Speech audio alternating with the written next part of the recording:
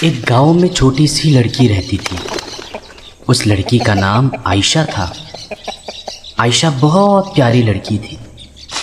عائشہ کے گھر کے پاس ایک باغ تھا۔ باغ میں بہت سارے درخت تھے۔ ایک درخت پر جھولا لٹکا ہوا تھا۔ وہ جھولا عائشہ کا تھا۔ عائشہ روزانہ جھولا جھولتی تھی۔ عائشہ کو جھولا بہت پسند تھا۔ عائشہ کی ایک سہیلی تھی، اس کا نام سمیہ تھا۔ سمیہ عائشہ کو جھولا دیتی تھی۔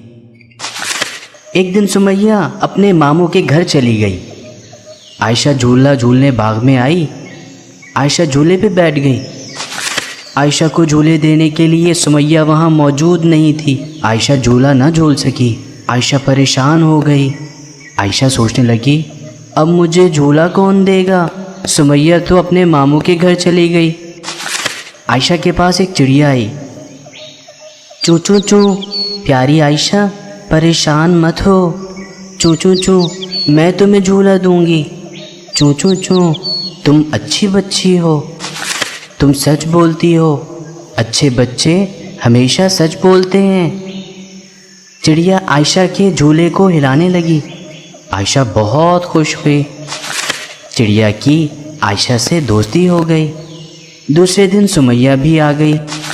عائشہ اور سمیہ دونوں چڑیا کے دوست بن گئے۔ اب عائشہ، سمیہ اور چڑیا روزانہ باغ میں کھیلتے ہیں۔